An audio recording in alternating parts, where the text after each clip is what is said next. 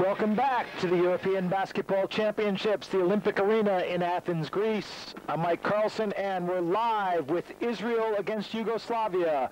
A big game in Pool A of the championships. The Yugoslavs leading the pool, unbeaten with a 4-0 record. A big win over Sweden last night, an easy win for them. Israel with a tough loss to Greece in the game we just showed you highlights of a few minutes ago here on Eurosport, losing by 10 to the Greeks. And for Israel now, we're in the if situation. They can still qualify for the tournament, but it means if they win games and if other people lose. So this is a must-win situation for them. And with me, as he has been throughout the tournament, as he normally is here on Eurosport, our basketball expert Roy Birch. And Roy, based on what we saw yesterday, Israel would not have a chance in the world against Yugoslavia. No, we're really digging deep into the realms of improbabilities here. They have to beat Yugoslavia and Lithuania and hope that other games go their way as well.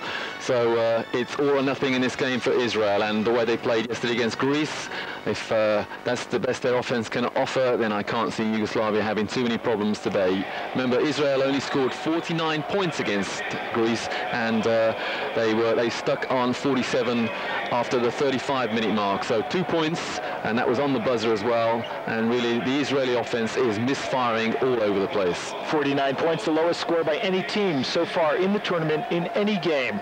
And you'd expect better from the Israelis, who have a lot of offensive weapons. The outside shooting of Doron Jemchi, the all-around play of Nadav Hennefeld, the former University of Connecticut star, and the current University of Connecticut star, Doron Sheffer, a big player and a potential NBA player, they think, at UConn, as well as the veteran center Ofer Fleischer, 91 caps, now up to about 97 in this tournament, and Madi Daniel with 125 caps for Israel. But they're going up against a team of veterans from all over the world in Yugoslavia, much like the Croatian team we saw live earlier this morning here on Eurosport. Players from the Italian League, from the Greek League, players who play in the Yugoslav League, and of course Vlade Divac from the Los Angeles Lakers. Interesting, you should call Yugoslavia a team of veterans there, Mike, because the oldest player on the team is Zoran Stretenovic, and he's 31, and we've hardly seen anything of him. But the next oldest player, Zoran Savic, only 29 still, and a great backup center to Vlade Divac, possibly the best center here, if we consider the job he did on Sabonis when Yugoslavia played and beat Lithuania. Lithuania 3-1 and second in that group. Referee Tolliver practicing his spins with the basketball coach Ivkovic for Yugoslavia, who has coached 3 teams in the Greek League, so he's well known to the crowds here. The coach of Israel is Ziv Sherf, and he's had a tough tournament so far in the tournament. And as we said, the Yugoslavs, both veteran and young. I think both those words are correct. Divac, who you think of as having been around forever, is still only 27. He's been in the NBA for a number of years. He was a success in Europe before that. Zarko Paspalju, who played a little bit with San Antonio in the NBA, and he's been in the Greek League for a while. He's only 29. Obradovic, who plays at Alba Berlin, is only 26. Predrag Danilovic, one of the best players in Europe at Buckler Bologna, averaged 29 points a game in the Italian League this year and is going for a tryout with the Miami Heat for next season. He's only 25, and a guy who's expected to go early in the NBA draft this year, Dejan Bodiroga, of Stefanel Milan, is only 22. There's the starting lineup for Israel. Gudis, who was the best three-point shooter in the tournament going into the game yesterday, I don't think he still is, will be in there for the Israelis. And for Yugoslavia, the familiar starting lineup with Savic and Divac underneath, Danilovic and Bodiroga on the wings, and Jordjevic at the point. Well, it's going to be very interesting at the end of this tournament to find out who the press and the coaches have voted in the All-Star team. Only allowed to pick 5 players, and I tell you what, they have got one hell of a tough job there. Some very tough choices to make. Divac putting a good case for himself with that performance against Sabonis, but of course, in the round robin, it's one thing, and in the knockout stage of the competition, which begins on Friday, it's purely another. And we're saying Greece, who have not looked devastating in the round robin, are going to be a much tougher proposition once we come up into the knockout competition. There you see the standings. Now remember, they give you a point for a loss, so the standings a little bit confusing, but Yugoslavia 4-0, Lithuania 3-1, Greece 3-2. They play tonight against Germany. We'll bring you that game live at 9 o'clock Central European Time, 8 o'clock in UK on Eurosport. A change in our schedule, but don't miss that because Greece-Germany will be another good game.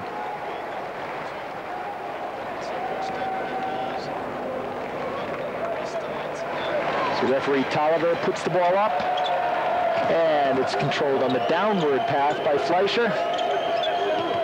Israel in blue, Yugoslavia in white. We've just got underway at the European Basketball Championships. Must-win situation for the Israelis. Yugoslavia already through to the qualifying, leading Group A with a 4-0 record. And I think I had the colors backwards because Yugoslavia is in blue and Israel in white. It was Divac missing the opening shot of the game, and the first foul of the game called on Zoran Savic. And I'll get my act together in just a second. Brad Leaf, the naturalized Israeli, making his debut for Israel here, although he's 34 years old. That's Doron Sheffer, had a miserable game shooting. And Nadav Hennefeld, that one drops for Hennefeld, which may be a good sign for Israel. The two UConn players who never played together at Connecticut, but combining on that one, and Israel lead 2-0 in the early going. Danilovic with the ball for Yugoslavia. They clear out for Bodiroga, and he's going to be called for backing in, and the foul will go against Yugoslavia, and Israel will get the ball back. That's good, patient defense from Israel. Very ponderous on offense at the moment. Yugoslavia a little bit hesitant, and if Israel have a game plan, then it should be to restrict the number of possessions that Yugoslavia gets, how to win with less talent, and it is possible, but you've got to stick to that game plan. And this time it's the Israelis called for the foul offensively with the illegal screen. And Yugoslavia will put the ball into play. Brad Leaf gets his first call. And if you're going to play to a game plan like the one I've just suggested, then you have got to eliminate all unnecessary losses of possession. And there was one that Israel could do well without. Bodiroga now on top. Danilovic across the middle. And Georgievic comes across. And Brad Leaf will pick up, Nadav Hennefeld will pick up that foul. Right there with the body.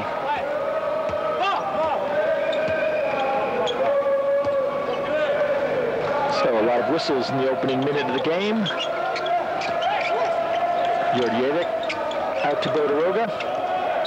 He'll be looking at the wires Thursday morning, and Bodiroga on the drive, banks it in off the glass. The foul will be on Ofer Fleischer, and it's 2-2, and Bodiroga will be looking because he's expected to go in that NBA draft on Wednesday.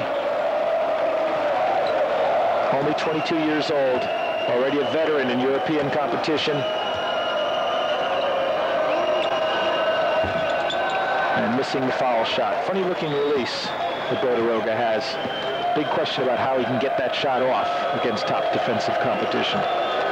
Interesting start to the game. Yugoslavia have not exactly gone off at the same pace that they did against Lithuania, and this possibly playing into the hands of the Israelis. A very slow start for both sides, and if Israel do want to keep this down to a low-scoring game, then there is just a vague, faint possibility of an upset here. So both teams cold from the outside. And it's Guy Goodis taking it the length of the court and laying it in. Not much defense from the Yugos. And the ball's loose. Israel come back down again on the break. 4-on-2. Hennefeld leads it, but it slows it up. Gets it back out to Goodis. And across to Doron Sheffer. But he's off in the lane. Fleischer couldn't hold the rebound. Divac took it away. Georgievic to Divac. All kinds of confusion. Bodiroga switching his feet. but knocks the ball in. 4-4. And Divac didn't look very sharp on that one. Both teams looking a little bit ragged right now. Divac had the rebound knocked away from him by Leaf, but it's Bodiroga who picks up the ball, goes behind the back. That one was deflected by Sheffer, but Georgievic got it in the corner and hits. It's 6-4, Yugoslavia in the lead. Well, 2 points there from a piece of showboating by Bodiroga. No need for that on the end of the fast break. Okay, he's going to please the crowd, but Yugoslavia a little bit lucky there to get the deflection go their way. Brad Leaf working underneath, but it's in and out. Leaf only 6'5", taking on the bigger men. And a traveling call on Sasha Georgievic, who doesn't like that. That was good defense from the Israelis. Georgievic had to reach for that outlet pass from Divac, and there was an Israeli defender there, and Georgievic forced to travel.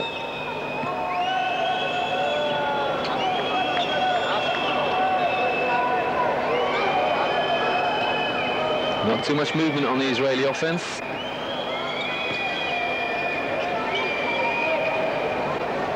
Hennefeld into Fleischer on a little turnaround. Nice move, tied at 6. And I wonder how long Coach Chef can keep his top offensive weapon in reserve. That's Doran Jamshi. In and out, Fleischer tips the rebound. Israel's got it. They go to Doran Sheffer, looking for the fast break. Not much help up there, and Fleischer coming up. He gets fouled on the turnaround, and just like the game against Greece, Israel basically bringing the ball down and throwing to one man. He's trying to take it in. There's very little team offense being generated. That's why they're not getting the good shots, and they're not making them. You see good footwork from Fleischer, and Divac forced to foul. Well, the foul actually went, according to the director, against Savic, which is his second. Fleischer very, very short on the foul shot.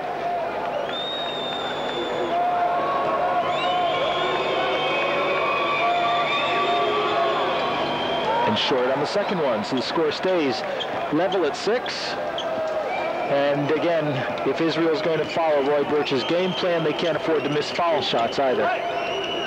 No one scored a lot of points against Israel. The problem is they don't score many points themselves. And before the shot, foul called against Hennefeld, trying to keep Savic away from the basket. Hennefeld hardly making contact at all. Savic, one of the unsung heroes of the former Yugoslav situation, and I can remember him playing in the Final Four in Paris, and Tony Kukoc got the MVP. Not one single journalist in the entire arena could understand it, because Savic had a magnificent tournament. 3 points for Danilovic. Yugoslavia 9, Israel 6. Israel coming back on the fast break. High off the glass and taken out was Brad Leaf. Good ball movement. Easy layup, Danilovic, 5 quick points and a 5-point lead for Yugoslavia.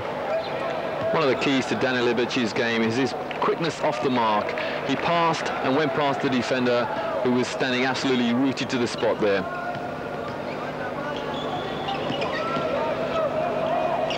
And again, Israel going one-on-one offense, everyone else standing around.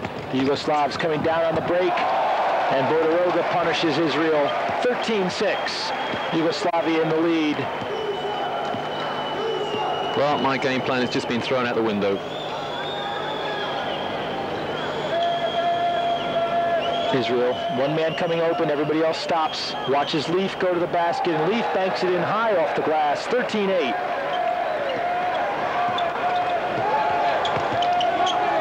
There's no organization about the Israeli offense at the moment. They're working hard on defense, but they're not getting back on the fast break. And as you say, Mike, they're going one-on-one on offense. And the call's going to be against Zoran Savic underneath, trying to get past Hennefeld. He was called for 3 seconds as the two of them battled in the lane. Hennefeld, only 6'7", and thin. giving up height and weight to Zoran Savic, who plays for PAOK Saloniki, and is called for the foul on Hennefeld. You saw Hennefeld try to push Savic's hands off him, and Savic just put them right back on. He's picked up 3 quick ones, and he'll probably go to the bench, and we may see Kodorovic come in for him. Interesting to hear you call that Greek side PAOK there, Mike. Most people call it PAOK. A bit like CSKA Moscow, I suppose. Right. People used to call it Siska. Well, Savic stays in. Mati Daniel comes in for Israel. That's him with the ball. Working little 2-man game. Misses the 3-point shot. Amir Mukhtari also in for Israel, number 10. So 2 new men in the post positions. Now Israel have a new shot clock here, and they should really take their time, throw the ball around. And that's exactly what they don't do. Leaf battling on the boards, but outmanned there, and it's kicked away by Doron Sheffer. And still Doron Jemchi, the outside shooter for Israel, on the bench. No substitution as yet for Yugoslavia. Vlade Divac on the quick spin, and Mukhtari picks up his first foul. Watch Divac, watch how quickly he moves to the hoop. Mukhtari just gets in his way.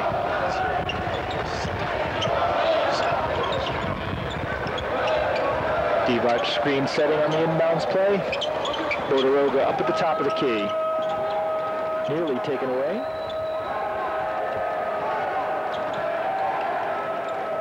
Savic now way outside. Leaf tapped that one away. Savic tried to hit Danilovic on the move coming through, but it went off his hand and out of bounds. That was good defense by Israel, refusing to give Savic a drive into the lane, and it resulted in a turnover. So Doron Sheffer handling point guard duties for Israel. And trying to take Georgievic down low. Left-handed hook by Mukhtari goes off the rim, and Bodoroga comes down with the ball. Savic, nice looking pass. Bodoroga with the basket. Good teamwork by Yugoslavia. And Vlade Divac hardly figuring in the Yugoslav offense at the moment, but he's having a very imposing game on defense. Israel just cannot get anything inside.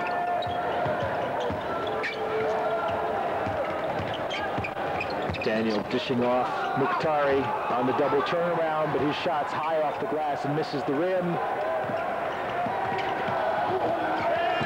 Georgievic 1-on-4. Pulled up for the long shot. Nice pass underneath. He kept coming.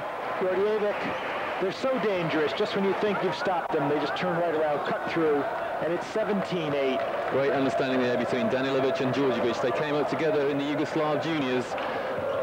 Danilovic from Bosnia and Djordjevic from Belgrade. But former players of the Partizan Belgrade club side that won the Final Four in 1992. Djordjevic picks up the foul as Doron Sheffer headed to the basket with a quick turnaround. There you see it. So Israel inbound. Daniel, little pump fake and puts it in. 17-10, Yugoslavia over Israel. And Israel living on scraps inside at the moment, a rare occasion then when Vlade Divac didn't get a hand on the ball. And Divac taking his time down the court.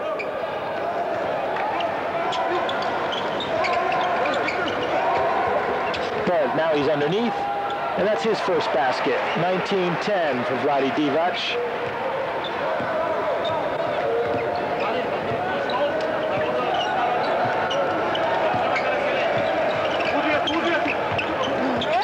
Yugoslavia have outscored Israel 13-4 since it was tied at 6-6.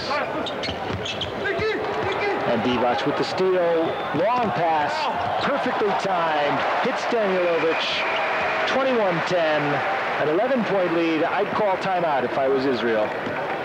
And Brad Leaf at the moment, the number 7 for Israel, is having a little battle, but a battle with the official. He's being held in there and keeps telling the official's not interested, and Leaf, his mind is elsewhere. Here he is, outside the arc. And Divac swats that shot by Leaf away. Hugo's trying for the fast break again, but Doron Sheffer intercepts.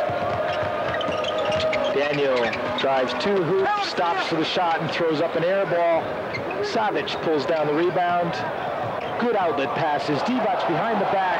Great teamwork. 23-10. Beautiful basketball by Yugoslavia. That was incredible control of the ball by Yugoslavia. Just about every pass was contested, but a couple of behind-the-back passes ending in a lovely fast break. Beautiful 5-man work there from Yugoslavia. And here they come again, taking the ball away underneath. But the lead pass from Bolivar was kicked out of bounds by Israel. And now Israel will take the timeout. They've been outscored 17-4 since it was 6-6. And the score is Yugoslavia 23, Israel 10. Israel want a timeout. And no explanation about the absence of Doron Jamshi in the Israeli starting 5.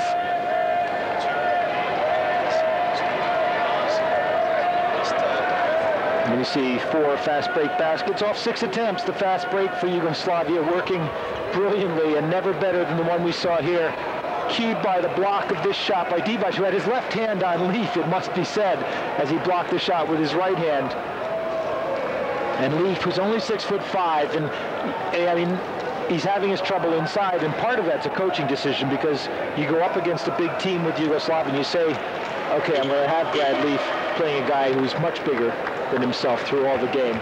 You've got to expect that kind of play. And at the moment, nothing happening from outside for Israel either, so having real problems, 2 degrees.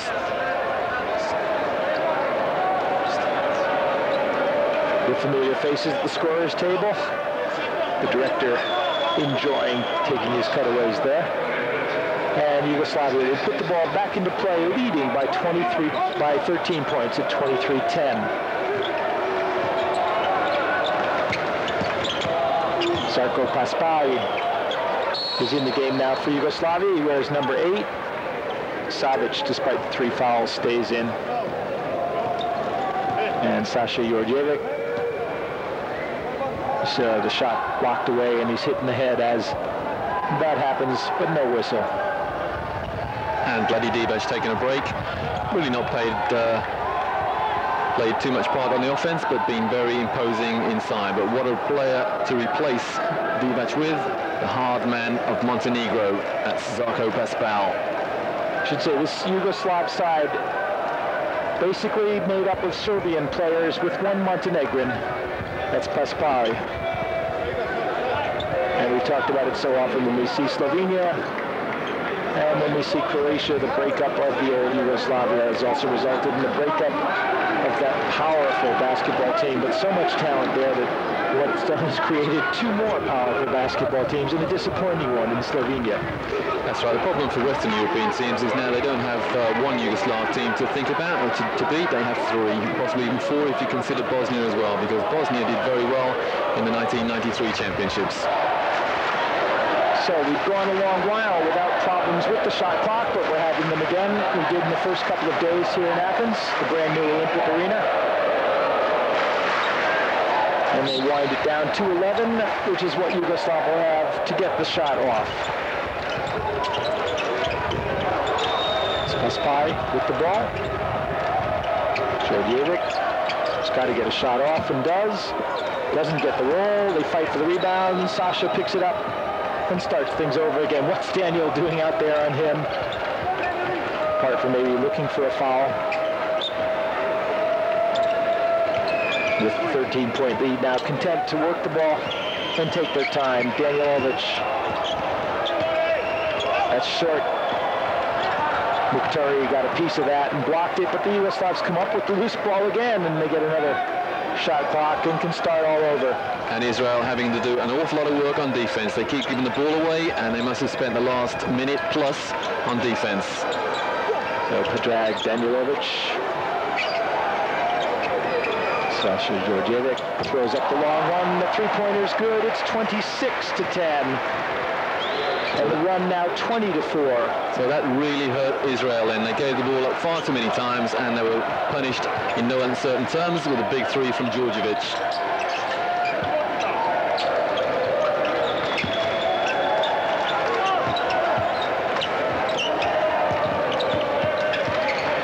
Israel, very little team offense here as Arditi took the ball. Now Schaefer throws up a three. It's not even close. He was closely guarded when he threw it up. Good defensive play by Daniel coming back, and Schaefer again with the ball. See Yugoslavia on a 9-0 run, a 20-4 run since the scores were tied at 6. And despite the fact that they lead, they have a comfortable lead, Yugoslavia not looking like the really slick machine that we saw against Lithuania.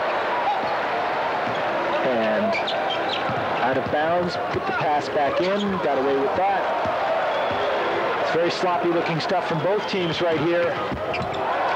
But with a big lead, the Yugoslavs can afford to be sloppy.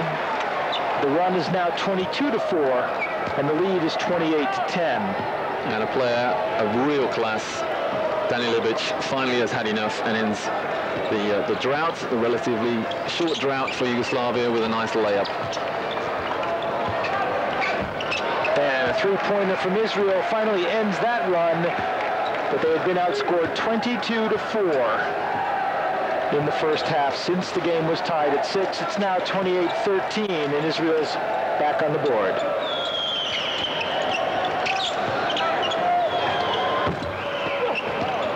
Three-pointer misses, but it's kept in play by Zeljko Rebraka. Two-pointers off from the outside. They just throw it back out there again as Paspali gets the offensive rebound. Well, this is rebounding practice for the Yugoslavs now. And Israel are just not getting anybody on anybody's. Georgievic dishes to Savic. Doran Sheffer has to foul him, and Savic will go to the line. And it's nice when the first two forwards off the bench are Zarko Paspalya and Zeljko Rebraka, both very, very talented players. Rebraka averaged 26 points a game for Partizan, 6 rebounds. He's going to Benetton Treviso next season, but it was also drafted by the Seattle Supersonics last year in the NBA draft. His rights were traded to Minnesota. I wouldn't be surprised to see him wind up in the NBA in the next couple of years. One thing about the Yugoslav system is that they've had a very small number, in fact probably only 1 or 2 Americans playing in the Yugoslav League. And testament to the development of the game in Yugoslavia is that most of these players out here are playing as foreign players in other parts of Europe. The basketball factory for the rest of Europe. The old Yugoslavia. Confirmation of that in this Yugoslav team. Bordoroga plays for Milan. Danilovic for Buckner Bologna. Obradovic for Alba Berlin. Paspalya for Panathinaikos. Georgievic for Philodoro Bologna. Divac for the Los Angeles Lakers. And Savic for PAOK Saloniki. PAOK. By the end of the week, Mike, you'll get all of our pronunciations right. It's like Stolcha and PAOK. We still haven't really gotten on the same planet as to whether we pronounce these names Danilovic or Danilovic. Have to get a Slav to give us where the accent lies on that. But I hope you in the audience aren't getting too confused as Roy Birch and I go back and forth on these issues. Well, I have it from my Czech friend that a C in Yugoslavia is pronounced ch, not as if it were a K. 29-15. So how you get stopped about that, I don't know. There's 2 C's. Well, there's 2 C's in most Slavic languages. One's a hard C and one's a ch C. I'm not quite sure which is which, but...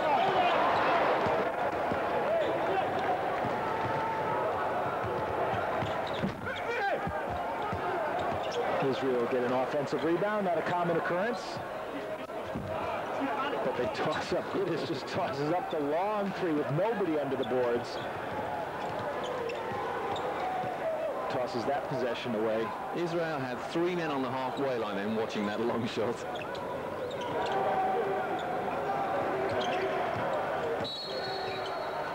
Illegal screen. Foul. There we go, Pascal just dips his shoulder and his hip. And something that we saw Vrankovic do an awful lot of for Croatia, but on that occasion Pascal was spotted.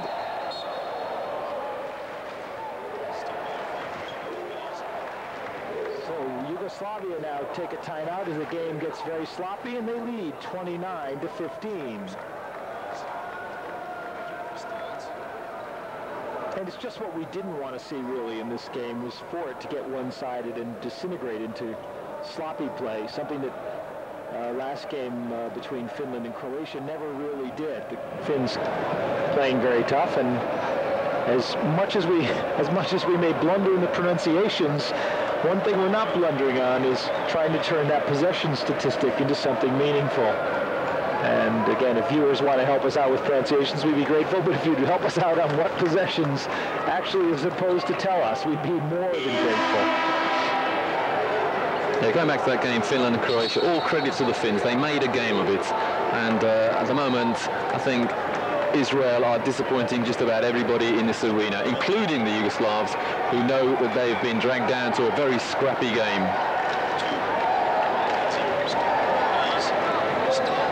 Once again, you see Israel shooting very, very bad, and you can see the reasons why. They're not taking good shots, they're not getting offensive rebounds. There's very little teamwork involved. They get a man open, then he goes one-on-one. It's all very well playing in a scrappy game, or to quote a few aficionados, taking it down to the level of the gutter, but you've got to keep it close. If you're going to be involved in a scrappy game, don't let the opposition get away from you. Goodis off the side of the backboard. Two-pass offense from the Yugoslavs. Obradovic set up Paspalia, who couldn't dunk it through. Daniel goes underneath, makes room for himself, and the shot won't drop, but he gets the foul. So Mordecai Daniel will go to the line, and the foul's on Zeljko Rebraca. This is really bad news for Yugoslavia. They had a fast break at the other end, and they showboated a through-the-legs pass, an attempted reverse layup. They got nothing, and then they commit a foul at the other end. Yugoslavia do not want to be involved in a game like this at this crucial stage of the tournament. They want to be just getting their act together to peak at the right time. So Daniel only makes one of two. The shooting woes continue for Israel. And Yugoslavia bring the ball down with Sasha Obradovic on the point. Bodiroga. Shot won't drop, but Obradovic nicely positioned to get it as Hennefeld went flying.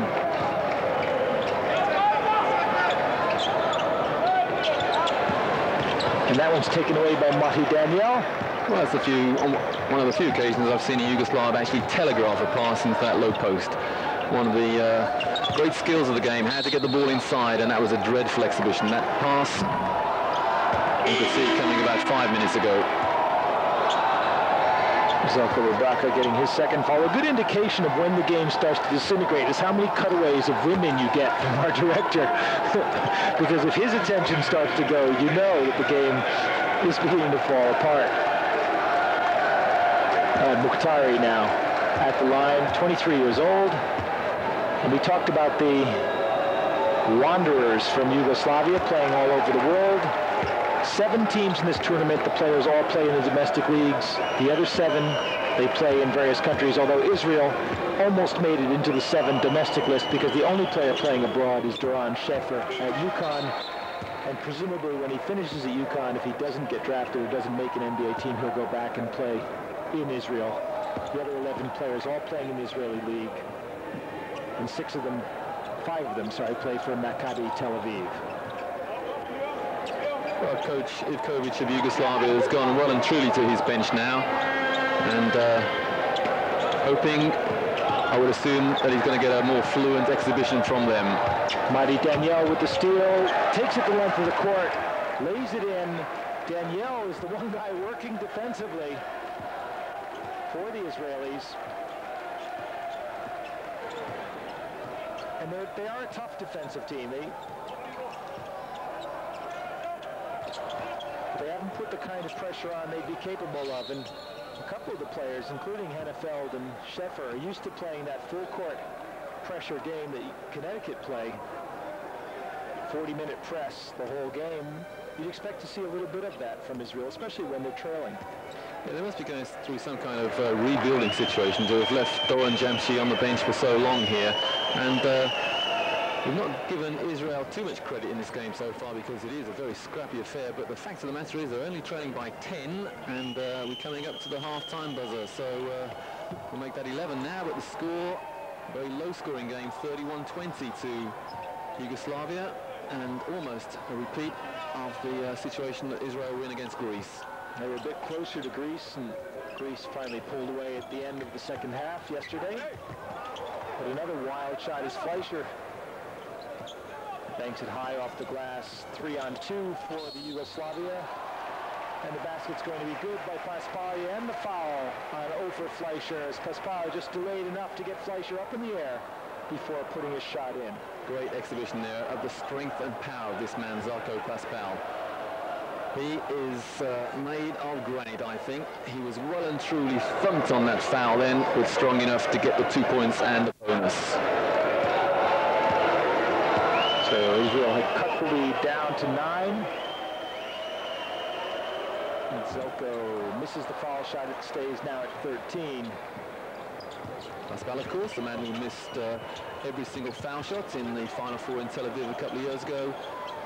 19 points in the first half and came up scoreless in the second half. And Olympiacos lost that final to Badalona, but there's a nice pass break, and one of the trademarks of Paspal there, the snappy pass inside on to the trailing player. And Rabaka finished that off with a dunk. At the other end, you saw Cohen tried to go behind the back, lost the ball. So Gordon tried to go behind the back, lost the ball. Cohen didn't go down to the floor to pick it up.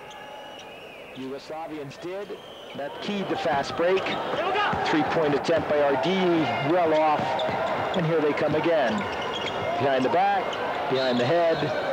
A little bit of showboating from Bodiroga, and not really necessary. Coach Ivkovic is not a happy man at the moment. There's no need to showboat like that. Yugoslavia just scored the last 6 points from 29-20. They now lead 35-20 and gave up the chance of an easy 2 there. You saw Divac go behind the back when it was necessary to make the good pass earlier in the game. It may look good, but you want to save it for when it's necessary. 3-pointers off. Fleischer moving into position for the rebound, and the foul goes against Yugoslavia. We love you, Team Heaven #1. That one is aimed at the Israelis. As Flash Gordon checks back into the game. Rabaka picking up 3 quick fouls. Fleischer gets the drop on the foul shot. 35-21. Good psychological ploy by any coach, though, to get your bench in for much of the first half. And when the Israelis look down at the players sitting on the Yugoslav bench now and see the likes of Danilovic, Djordjevic and Divac, then, well, they must feel less than optimistic. Arditi with the steal, comes down on the fast break and gets the roll, and the lead's down to 11 now as Israel showing signs of life in the last minute of the first half.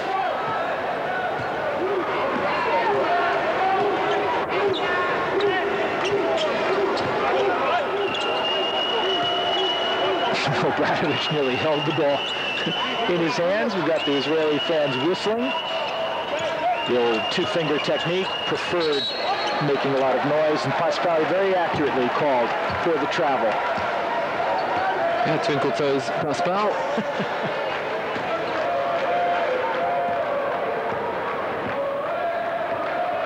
And still no urgency in the Israeli game. More from the fans than the players. They're going to work for the last shot here of the half. Trailed by 11. Avi Gordon.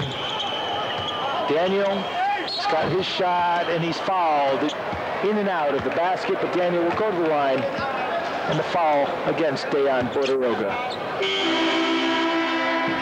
Well, it was pretty obvious what Israel were doing then, and not particularly smart foul for Yugoslavia to commit with 3 seconds to go to half-time.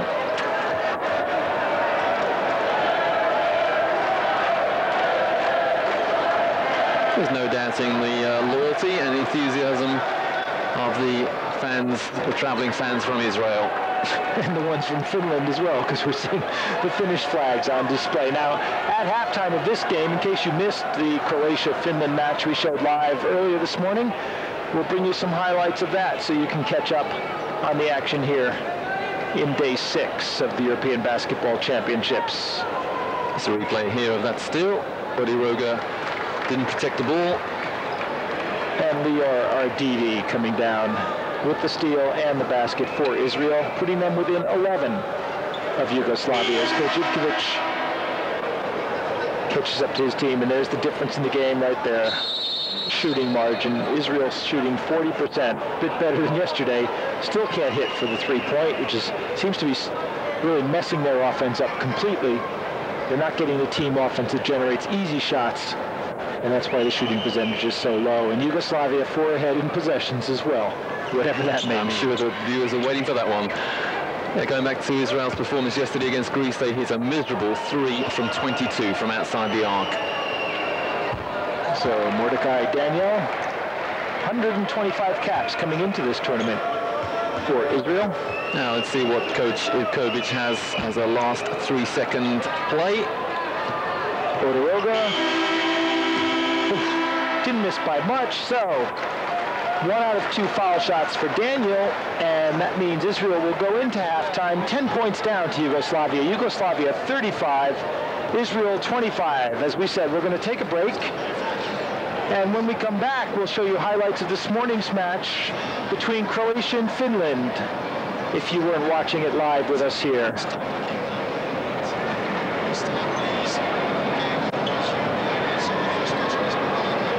And you see the difference in the statistics. Again, the scoring, 2-point shots 54% to 32, 3-point shots 40% to 16, rebounds 30 for Yugoslavia, only 11 for Israel. Turnovers, the Yugoslavs playing sloppy ball with 14, but they did add 11 assists to make up for the sloppiness. So once again, at halftime, Israel 25 and a rebound by Mukhtari.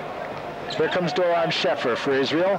Nadav Hennefeld, we said they needed to get some offense from him, and he starts off. He got the first basket of the first half and nothing else much, and now gets the first basket of the second half. Now, do the Israelis believe in themselves? Only trail by 8 in a low-scoring game. All they need is a couple of threes, and we have a game on our hands. But a nice little turnaround move there from Vladi Divac restores the 10-point margin. And Hennefeld is being guarded by Zoran Savic at this point. One of the things I'd like to try to do if I were the coach was to get him out on a smaller man. Get other big men in for Israel. Doron Sheffer, again, way off on the threes. He's just been missing them with consistency in the last couple of games. It was good defense from Djordjevic there. I think he just took the eye of the three-point shooter, and that was why it missed by so much. But the Israeli crowd seemed to have gone to sleep as well. And the foul on the outside, our first foul of the half on Brad Leaf. Sorry, on Arditi. Lior Arditi in the game. There's another example of how quick off the mark Danilovic is.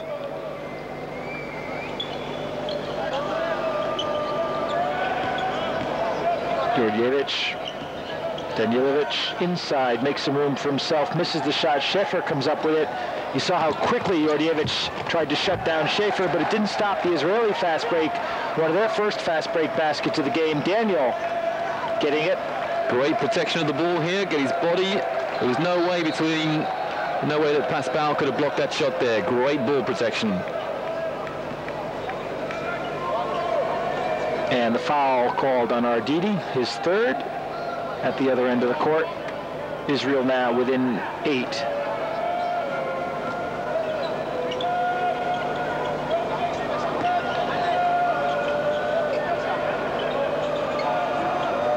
Divac cross court to Djordjevic. And Danilovic wide open, easy two for Yugoslavia. 10-point lead for Yugoslavia. Danilovic makes things look so easy. Such a smooth player, so well versed in the fundamentals of the game. And you saw Savic just giving Hennefeld a push as he took that ball. Another three misses by the Israelis. And Djordjevic making contact with Doron Sheffer, who picks up his second foul before the shot. These Yugoslavs just cannot resist showboating. We saw Pascal in the backcourt. His first pass was through his legs. And you saw Djordjevic grabbing Schäfer's arm and holding on to make sure he was going to get the call. And now he takes the three, misses, and the rebound by Arditi. See if Israel can come down and work a little bit of team offense. Hennefeld goes on the drive, and that's swatted away by Divac. And going 1-on-4 is the not exactly the team offense you were talking about there, Mike. Divac with the rejection. And the foul outside on Savic. That's his fourth.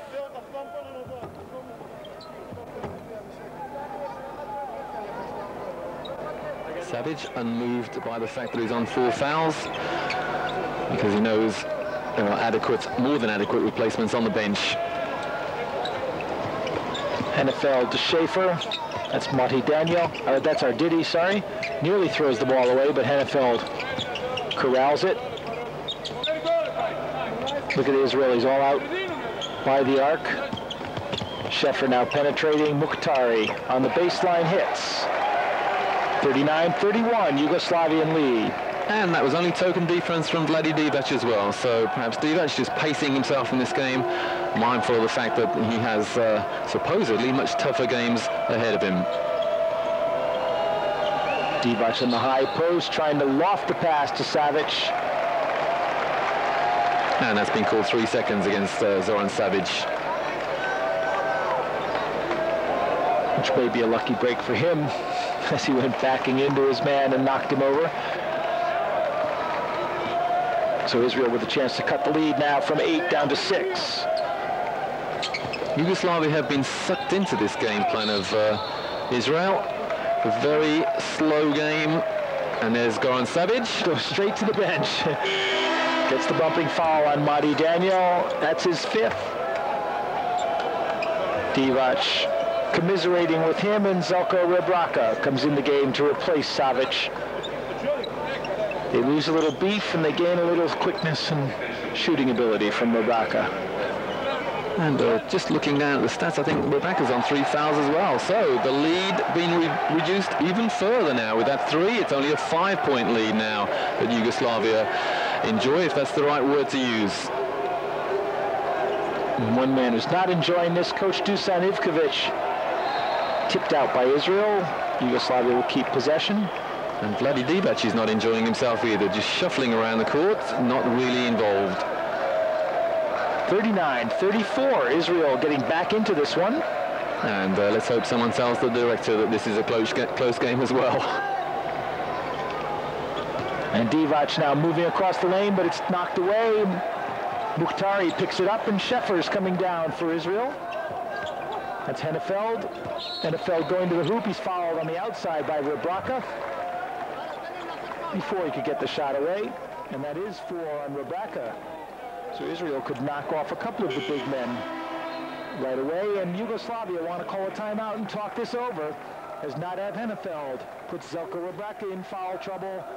Zoran Savic is already fouled out, and Israel has crept to within 5 of Yugoslavia here in Athens at the European Basketball Championships. This is getting to be a bit like 10 green bottles for the Israeli. Let's knock another big Yugoslav out of the game. So only really Vladi Divac in no foul trouble for Yugoslavia. And Coach Sheriff, you'd like to think this was a plan by Coach Sheriff, but you really just don't see it working. They're playing good defense at one end. The offense just isn't there, but they're going now. The individual game is resulting in fouls from Yugoslavia. Well, I'd go back to that, Mike. I think it is a plan because Israel have been involved in low-scoring games for the entire tournament. No one scored a lot of points against them, and that must be deliberate on behalf of the Israelis. They've slowed things down. If there's a break on, they only take it if they're definitely going to score. And this game plan is entitled How to Win with Less Talent. I mean, Doron Jamshi injured on the bench. They have less talent, but they can still win. Never quit. To Yugoslavia after the break. Coach Ivkovic brings out Dejan Tomasevic from Red Star Belgrade. Number 12, 6'9", only 22 years old. Doron Shefer with the ball for Israel. It's Daniel and Mukhtari, and got a foul called underneath on the new man, Tomasevic. Welcome to the game and welcome to the foul club. The big men in blue racking up fouls. Israel could get to the line, and Doron Shefer still can't buy a shot from the outside, and here comes Yugoslavia on the break with Danilovic. Travel. That was the shot that Israel didn't want then. They just got a foul. What they should have done was run the shot clock down again and look for another foul. Just sow a seed of doubt in the minds of the Yugoslavs. They didn't need a quick shot then, especially one that missed. Unfortunately for them, Divac traveled. Hennefeld on the drive. Little bounce pass to Mukhtari. Goes up with the left hand and misses. Divac clears the boards. Here comes Georgievic for Yugoslavia. And Shefer follows him. As Georgievic just went one-on-one. That's 3 on Doron Shefer. Of course, one of the things Israel don't want to do is get loaded up on team fouls early on in this half, because Yugoslavia, a good foul shooting team, and they don't want to give Yugoslavia any easy points. Divac, nice pass. Vaspali puts it in. Good no-look pass by Vlade Divac. Leads back to 7 for Yugoslavia. And that's the first score for Yugoslavia for some time.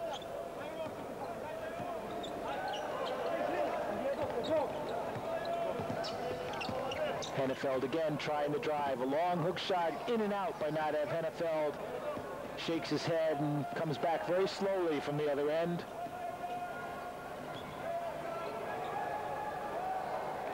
Two tips, and the foul is going to be called underneath on Tomasevic. That's 2 quick ones for him as he fought for the rebound. Those tight rims really at this place aren't giving anyone any breaks on the shots.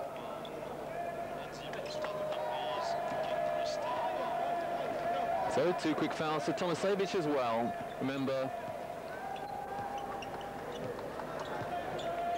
that Yugoslavia have 1 player fouled out. That's Savic. Rebecca's on 4, and Tomasevic just picked up his 2nd.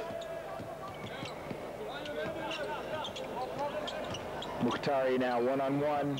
Left-handed hook, in and out again. And Georgievic loses the ball out of bounds. No, it's still in play. Great hustle there. Great hustle by Georgievic. Keep that one going. And the last 3 shots Israel have taken have gone in and come out again. And interestingly, no reaction from the Israelis as the ball bounded back across the court. And the foul underneath, Daniel for Israel. And that's his first.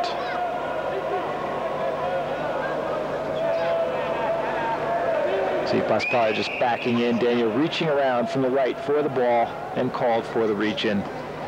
Well, Coach Ivkovic definitely knows he's in a game here. Must have thought that this was going to be at least a 20 or 30 point comfortable win for him.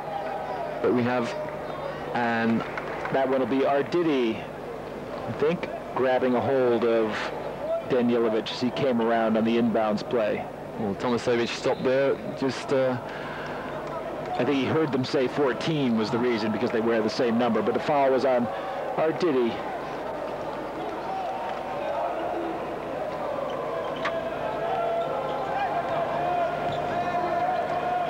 Here comes Danilovic again. Can't get him the ball, but Georgievic has it.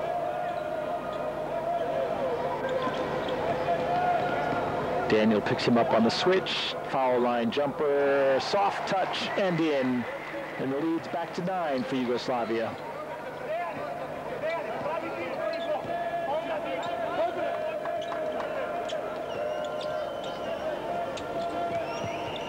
Doron Sheffer. Israelis working the ball carefully. Around the outside. In the middle to Hennefeld. He banks it off the glass. Good passing by the Israelis, and Hennefeld with the easy basket. That's good patient offense from Israel. Pass the ball inside to the man who was being marked by the inexperienced player. And it's Hennefeld on the steal. Hennefeld took it away. They try to get it in to Hennefeld. He's got it. Kicks it back out to Sheffer. And Israel will take the time and start it over again. Mukhtari nearly lost the ball underneath, but Hennefeld kept it in play. Sheffer with the quick spinning move we saw earlier in the game, and again draws the foul on Georgievic. 2 fouls on Georgievic, both coming on the same move by Sheffer. Good patient offense again from Israel. They ran the shot clock down to 10, waited for that shots, and got what they deserved, 2 shots. And the second foul on Georgievic. I think one thing we're seeing is how offensively Sheffer can be taken out of the game as a scoring threat by tight defense by a quicker player. Bad news for UConn next year in NCAA play. Sheffer, of course, has Ray Allen running with him in the backcourt at UConn. And Georgievic is one of the quickest players in Europe, as personified. Right. Here we go, straight to the hoop, nice hesitation and a nice soft touch. So Georgievic scored the last 4 points for Yugoslavia. And they lead by 8, 45-37. No sooner said, he's the quick player, then he takes to the hoop and proves it. Hennefeld now.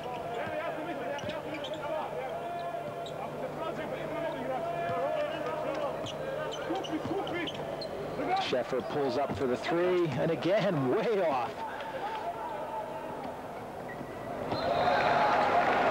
And Hennefeld taps that away. A great defensive player, Nadev Hennefeld. Very quick hands, quick feet. Coming in the game now, Obradovic and Bodiroga.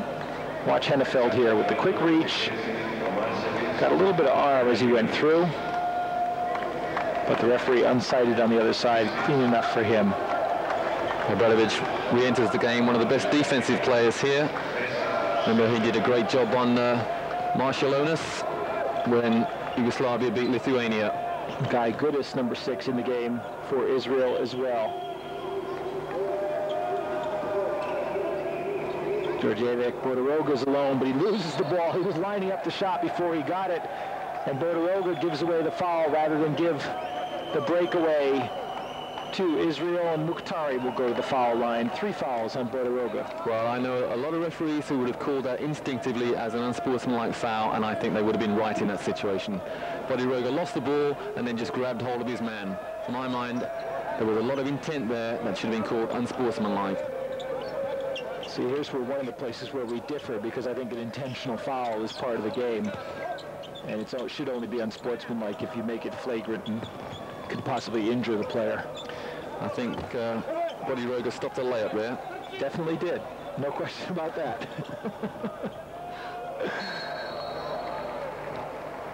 Yeah, the difference in interpretation is between FIBA and the NBA there, isn't there? There's no such thing as a flagrant foul in FIBA. Well, the NBA's moved, yeah, the NBA's moving that way, though. They're much tighter on that than they used to be. And of course, I love the way that left hand goes out. And of course, in the NBA, when people do intentionally foul, they were making it pretty flagrant, and they had to cut that down because guys were taking very cheap shots when it was time to give away the foul. There's two separate things in here. One is when you stop somebody on the breakaway. That's one foul, when otherwise they'd be going in for a basket. The other is when you have to give an intentional foul. And you know, and I can see the argument more of what you're saying, when someone's on a breakaway and have the basket. But I really hate seeing guys called for that flagrant foul or intentional when you know you have to give a foul. So the referee knows you're going to have to foul. Yeah, I think we've sorted it out as far as this tournament is concerned. And the referee will call an unsportsmanlike foul if the ball isn't involved. There's a long 3 for Israel, and they're sticking to the plan. Guy Goodis, before yesterday's game, shooting 70% from outside the arc, and that's his first 3 of the game. So we have a 7-point game. 47-40. And if Goodis can get hot from outside, it becomes a whole different ball game for Israel. It's the only way they've really been able to ever open up defenses is by shooting from the outside. They don't have the quick ball movement inside. And a nice play by Paspalia, great bank shot. 9-point lead for Yugoslavia. And Arditi couldn't believe that then. A completely off-balance shot from Paspal. Israel almost got their hands on it. And, well, that was a present for... And Hennefeld called for the illegal screen as he took 2 men forward, moving like a tank. And Goodis, who could have followed him and gotten about 4 feet closer before he launched the 3, just put it up. Wasn't even close. So Hennefeld gets the foul for nothing. Petrag Danilovic comes back in the game. And Djordjevic takes a break for the first time. So interesting to see who handles the ball now for Yugoslavia. It's Obradovic. Bodiroga on the outside. Paspalj and Divac. Big men go high. Danilovic, there's the open man. Obradovic, loads of time, misses the shot. I think we'll have a push-off underneath. Almost certainly it was Paspal. And here you'll get a look at it. Divac is doing one job, Paspal is doing the other, so takes your pick, pays your money, you takes your pick, and Paspal picks up his second. And we're in the penalty situation now. Israel will go to the line, trailing by 9. And this is one of the things now they were working for, just to get some foul shots and get the points that way. But Arditi off the front of the rim. Well, that's your game plan. You've got to convert the shots. Israel have bored the crowd to death. They slowed the whole place down. People are talking to each other in the crowd and yawning, but they're still within 8 points. Commentators are talking to themselves about when you give a deliberate foul and when you don't. Game plan working to perfection for Coach Sheriff. And Paspalj gets that one in. He gets the foul from behind from Mukhtari. So a chance for a 3-point play. That's Mukhtari's 4th. That was a hell of a thump from behind. Here we go on the replay and watch Mukhtari hit Paspal on the head. Even a tough player like Paspal was a little bit surprised by the amount of contact there on his head. So he's got a bonus as well.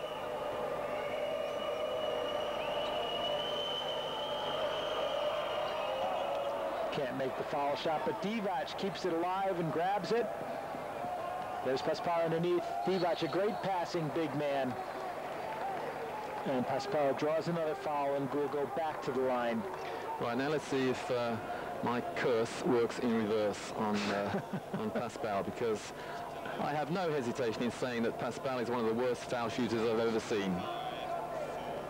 3, 2, 0, start, please. Let's see if Roy Birch's reverse curse can work.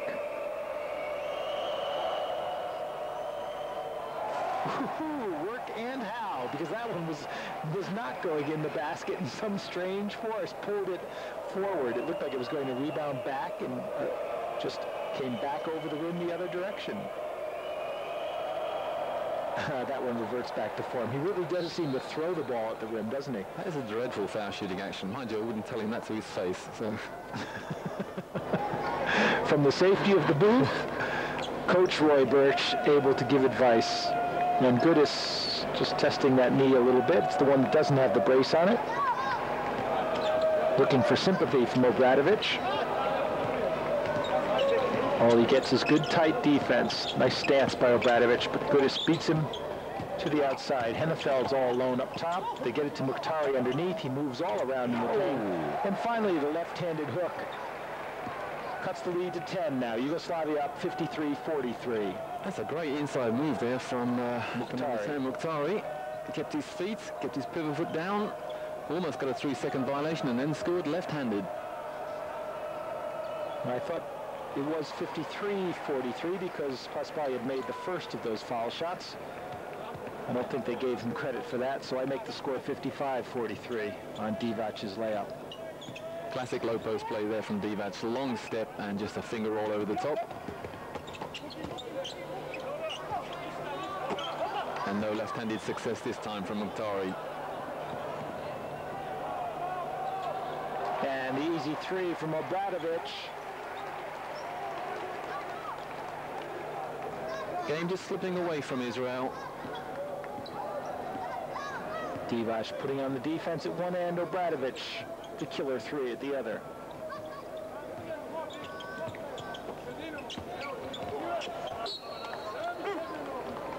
Yeah, another careless error from Israel. If you're going to play this game plan, then you've got to believe it, and you've got to play it for 40 minutes.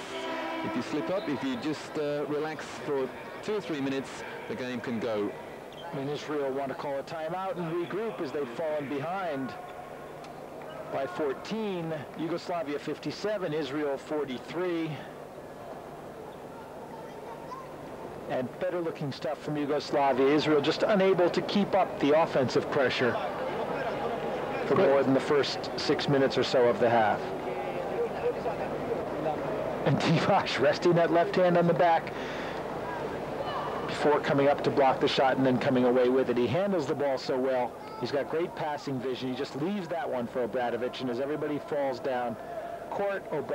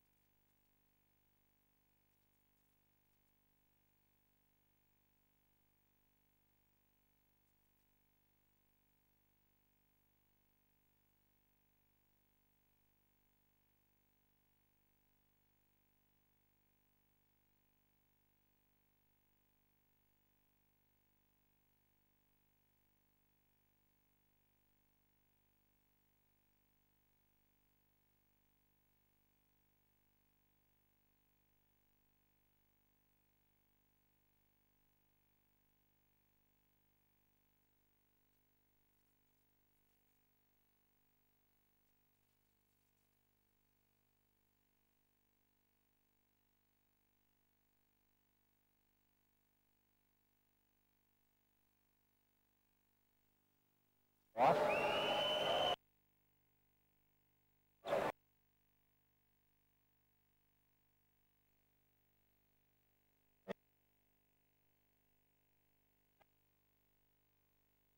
Speaks.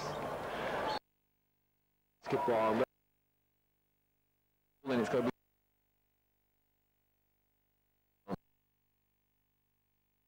Well, I think the rule basically is if you're going to have a tee shot underneath, there's got to be a mid. A fashion expert, of course. You've seen the way those guys. I mean, nowadays, given what basketball uniforms are like, smart.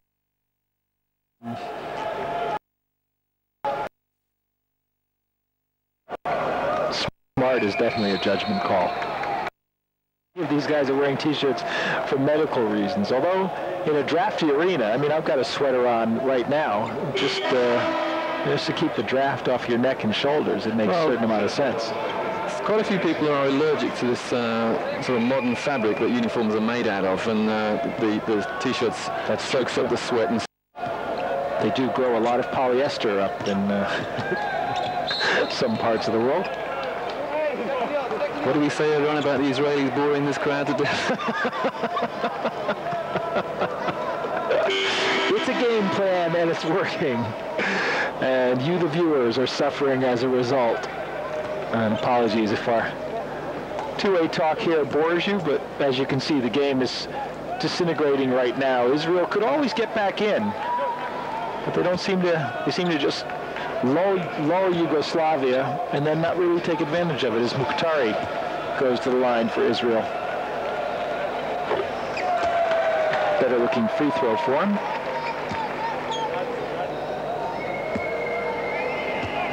He's got a T-shirt on. But isn't it smart?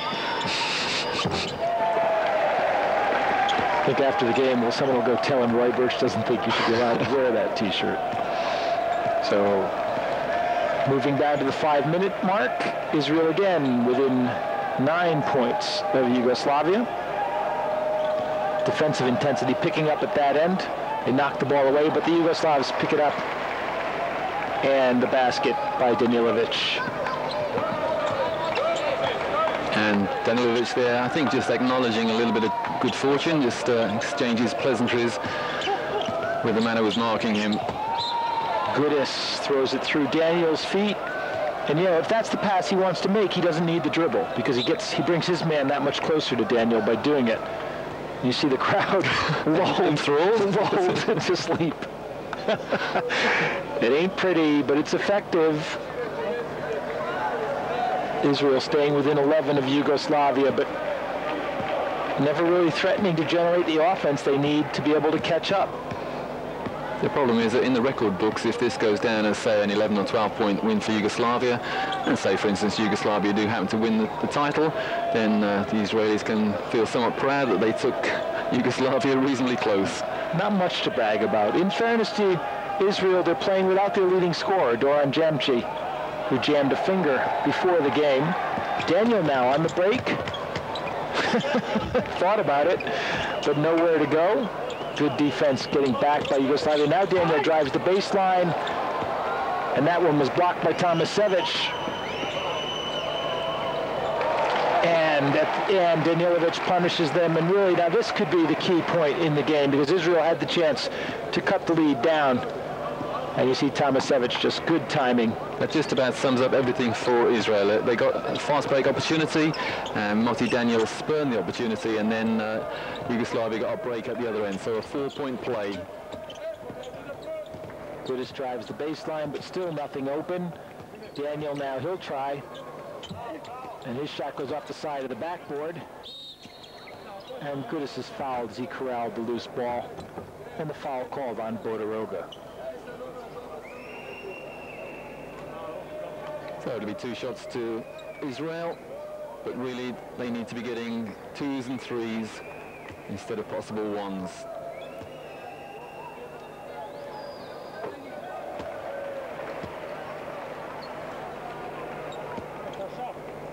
Whereas in the first half, the Israeli contingent in the crowd were really giving their all, trying to lift their team. We now have a ripple of semi-polite applause. 62-51, Israel do what they were unable to do against Greece and cross the 50-point barrier and trail Yugoslavia by 11. We're under 4 minutes to play in the second half of this game at the European Basketball Championships. Now remember, we'll be back tonight, 2100, 9 o'clock CET, 8 o'clock in the UK, live, Greece against Germany.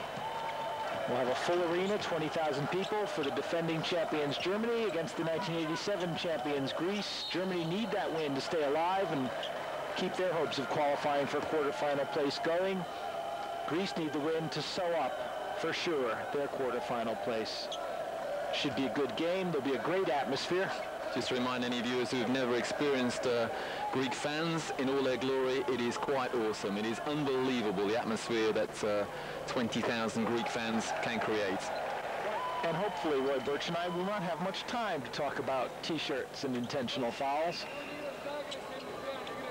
And Guy Goodis now puts Israel within 9, just over 3 minutes to play.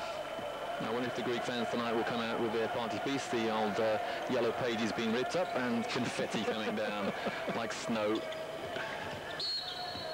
And Goodis going for the steal, trying to get around Bodiroga, commits the foul.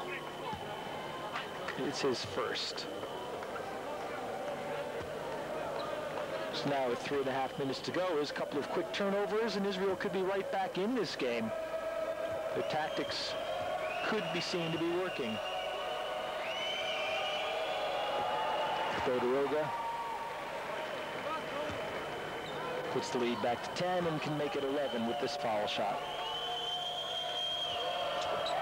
And he does. 64-53, Yugoslavia by 11, just over 3 minutes to play in this game. Guy Goodis with the ball for Israel. Good team defense by Yugoslavia. Goodis drives, throws up the high shot, looking for the foul. It can't go. It puts a little bit of pressure on the outlet pass. And Tomasevic throws it away.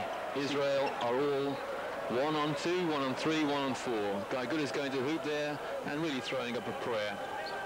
Sorry, it's Paspali who threw the pass away. Obradovic just couldn't reach it. Israel go back down to Goodis, and the pictures have disappeared for a moment. We'll get back to you as soon as we can with live action. 60 in the middle. Again, still forced to work slowly. They're 10 points down. They need to score quickly. Goodis takes the extra step, throws up the three-pointer. It's nowhere near. And Yugoslavia can just run the clock out. Running down and called for the travel is Dejan Bodiroga. And with a 12-point lead, you'd expect they just kind of hang on to the ball, but Bodiroga backing in, and the director now frantically searching for cutaways of beautiful-looking women in the crowd. And he found a couple there. And I would put this Israeli effort down as a very similar situation to Slovenia. Slovenia, very disappointing as a team. It was all individual work, and that's exactly the same as Israel out here. They're all 1-on-2, 1-on-3, all doing their own thing, and no one looking to play any kind of teamwork at all. And Coach Zevishev sort of recognizing that, or maybe just going along with it, hoping their defensive pressure could keep them in the games. They hold teams down to low score. They work the ball slowly, but they just cannot generate the offense. And it doesn't matter if you can't score, it doesn't matter how many you hold the other team to. And Obradovic putting Yugoslavia up by 14 as the clock ticks away. Just too many offensive weapons for Yugoslavia. You can play as slowly as you want, but every time you give them a chance, they take it. Capitalize on mistakes. And the couple of times when Israel could have gotten back in the game, no one could step up and drill the three-pointer or lead the fast break that would have helped them open up a lead or catch up to Yugoslavia. That's right. Two key statistics that Israel should look at the end of this game. If their game plan were to work, then they simply had to eliminate or cut down by as much as possible the number of turnovers, and they had to score from the foul line. And in this game, their turnovers have really let them down. No two foul shots, 71-59. Yugoslavia over Israel, so the Yugoslavs will continue unbeaten in Group A. Israel will drop to 2-3, and problematical whether they can claim one of those 4 qualifying places, which right now look to be going to Yugoslavia, Lithuania, Greece, and Italy with the inside chance at that. But Germany and Israel still alive there if some unexpected results take place, because they're going up against Lithuania and Yugoslavia now. And it looks very much as though the lineup, as far as Yugoslavia are concerned for the quarterfinals, is they will have a match against Spain. Should be a good matchup and not necessarily an easy one for the Yugoslavs, who, remember, beat Lithuania in an impressive performance where they wore down the Lithuanians, who don't have much bench, in fairness. And of course in Group A, Greece is going to be a tough proposition here at home during the knockout rounds. Over in Group B, Croatia looking to class the tournament, but they beat Russia in overtime, and the Russians are deep and talented. France, of course, only 1 loss, could surprise somebody, and Spain, the 4th team, should never be taken lightly. There was the possibility of a rematch of Russia against Croatia in the final. So any way that it goes through that tournament, we'll have good games coming up throughout that knockout round. The final score here, confirmation 72-59, and look at the turnovers, 26 turnovers to 8. That's hard to believe. Look at the rebounds, 47-18. 47-19, I should say. Assists 15-5. So the Yugoslavs committing far more turnovers. Israeli defensive pressure helping that way, but taking advantage of the team offense. A lot more assists, a lot more defensive and offensive rebounds. The Israelis 11 steals, but they just don't convert them into points. Now remember, at 9 p.m. CET, 8 p.m. in the UK, we'll be bringing you live Greece against Germany. That should be the match of the day in Athens at the European Championships. On behalf of Roy Birch, I'm Mike Carlson. You've been watching the last 2 games live from the European Basketball Championships here on Eurosport. See you later tonight.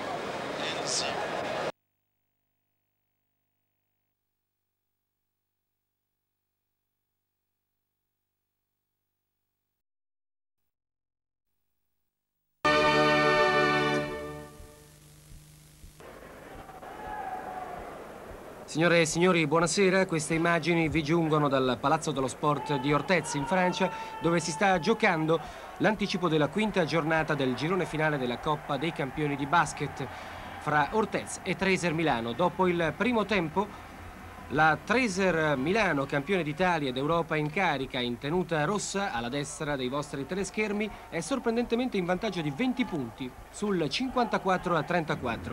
Chi vi parla è Franco Lauro dallo studio di Roma, in attesa del perfezionamento del collegamento audio internazionale con Gianni De Cleva.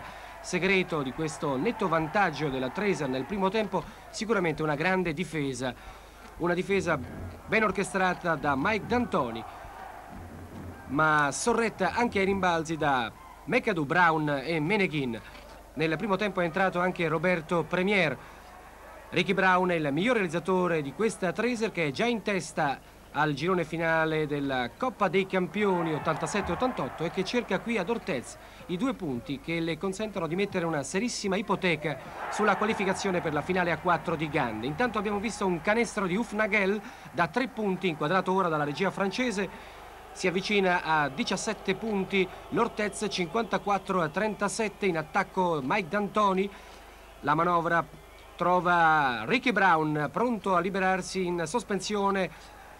Ricky Brown, ma ora sentiamo in cuffia il ritorno della voce di Gianni De Cleva, al quale ricediamo la linea ad Orthez.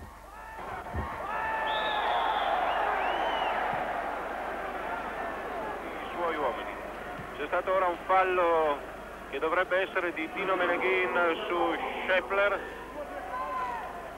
La Treser ha sofferto i primi 10 minuti del primo tempo, al nono si era sul 17 pari, poi ha avuto un parziale favorevole nettissimo che le ha consentito di andare in vantaggio incrementandolo via via grazie appunto a Brown, ma anche ai punti di Bob McAdoo che ne ha realizzati 15, e a una buona difesa a zona che ha messo in crisi i tiratori francesi, sia Hufnagel che l'americano Howard Carter. Meneghin ora per Mike D'Antoni che va al tiro dalla lunga distanza, canestro di D'Antoni, 2 su 3 al tiro da 3 punti per Mike D'Antoni, ed ora ci sono nuovamente 20 lunghezze di margine per la Treser sull'Orthez. 18 minuti e 11 secondi al termine, 59-39 il punteggio della squadra francese. Nel corso del primo tempo l'uomo migliore è stato il numero 12 Daniel Ake, che è in campo in questo momento con 3 falli a carico. Ancora Hufnagel forza sempre il tiro e non sappiamo veramente per quali motivi debba andare a tirare in condizioni sempre piuttosto difficili. Ricordiamo che lo scorso anno qui a Orthez la Treser iniziò il suo girone finale di Coppa dei Campioni con una clamorosa sconfitta. Perse infatti 75-73 e allora si disse che era un inizio pericoloso che poteva compromettere il cammino dei milanesi nella Coppa, che invece poi vinsero nella finale contro il Maccabi di Tel Aviv. Ora la Treser non è più... cioè l'Orthez non è più un mistero per la Treser, ed infatti i risultati si vedono anche sul campo. Carter al tiro da 3 punti, lo sbaglia, rimbalzo d'attacco di Kaba che riesce a realizzare. 59-41 il punteggio per i milanesi, 17 minuti e 30 secondi al termine. Piero Montecchi, ormai una sicurezza nella Treser, è entrato in quintetto base al posto di Roberto Premier, che comunque ha giocato nel corso del primo tempo, mentre non si è visto fino a questo momento Fausto Bargna. Casalini ha preferito inserire anche Aldi al posto di un Bargna che attraversa un periodo assolutamente negativo. La Treser comunque conferma qui sul campo di Orthez di essere in una fase decisamente favorevole sia in campionato che in Coppa. C'è ora un time out, 17 minuti e 9 secondi al termine, 59-41 qui c'è anche la banda, oltre ad un pubblico calcolabile in 4.500 persone, e sono decisamente tante per una cittadina di neanche 30.000 abitanti. Il basket Ortez è un po' tutto. Prima della partita fuori dal Palasport c'era praticamente una sagra di paese con grandi grigliate. La squadra però non si trova in una buona situazione di classifica nel campionato francese, dove è soltanto al quinto posto. Ha anche sostituito l'americano, infatti Tom Scheffler gioca in Coppa ma non in campionato, dove è stato sostituito da Rawson, e bisogna dire che Scheffler risente di questa assenza prolungata dal parquet, praticamente la sua prima partita in un mese, e infatti nel primo tempo ha avuto una percentuale di tiro di 1 su 6 piuttosto negativa. Ake al tiro e a realizzare Daniel Ake, l'unico uomo della formazione francese ad avere delle percentuali accettabili. Ake infatti fino a questo momento ha 12 punti con 6 su 10 al tiro. 59-43 per la Tresser sull'Ortez, 16 punti di vantaggio dunque. 16 minuti e 25 secondi al termine, c'è un fallo in attacco fischiato a Ricky Brown, terzo fallo per lui. Fino a questo momento Brown ha realizzato 18 punti. È il primo giocatore milanese con 3 falli, mentre nell'Ortez ne hanno 3 sia Kaba che Ake. Owen Carter, questi è Ake, la palla doveva arrivare a Kaba, ma c'è stato un intervento arbitrale e c'è una rimessa laterale in zona d'attacco per l'Ortez. Ancora Ake, Kaba, Hufnagel da 3 punti e questa volta trova il canestro dalla lunga distanza. 3 su 7 la sua percentuale oltre la linea dei 6,25 m, e ci sono 13 punti ora di vantaggio per la Tresser, che ne aveva 20 all'inizio del secondo tempo. Fallo su Montecchi di Hufnagel, Freddy Hufnagel, secondo fallo. Lo scorso anno Hufnagel fece impazzire Mike D'Antoni, costruendo in parte il successo della squadra francese. Ma dobbiamo dire si giocava in un ambiente diverso. Dato rimbalzo d'attacco di Meneghin, che sbaglia, recupera la palla Carter.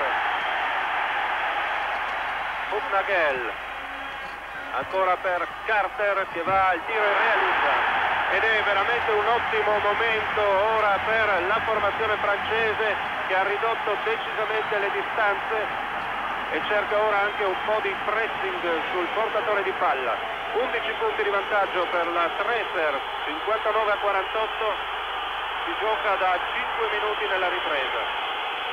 C'è il fallo di Hufnagel su Mike D'Antoni e vedete Franco Casalini che rimette sul terreno di gioco Roberto Premier. Rivediamo il fallo di Hufnagel su Mike D'Antoni.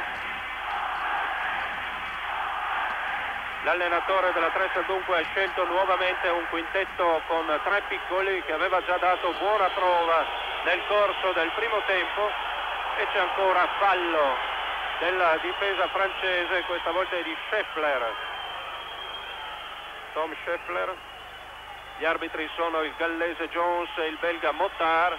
Jones ha preso il posto del sovietico Grigoriev, che non è arrivato per problemi di visto. Montecchi, e spazza il tabellone Scheffler, rimessa laterale per la Tresser in zona d'attacco. 14 minuti e 56 secondi da giocare. Tresser 59, Ortez 48, e come avevamo detto all'inizio una partita ancora molto difficile per la squadra milanese. Ora c'era un intervento di Ake su McAdoo molto dubbio, comunque Hufnagel che va al tiro e corregge a canestro Tom Scheffler. Momento di buio totale nella squadra milanese, che ha segnato soltanto 6 punti nel corso della ripresa. E a terra sotto canestro Hufnagel. Ortez perde dunque un uomo che poteva essere per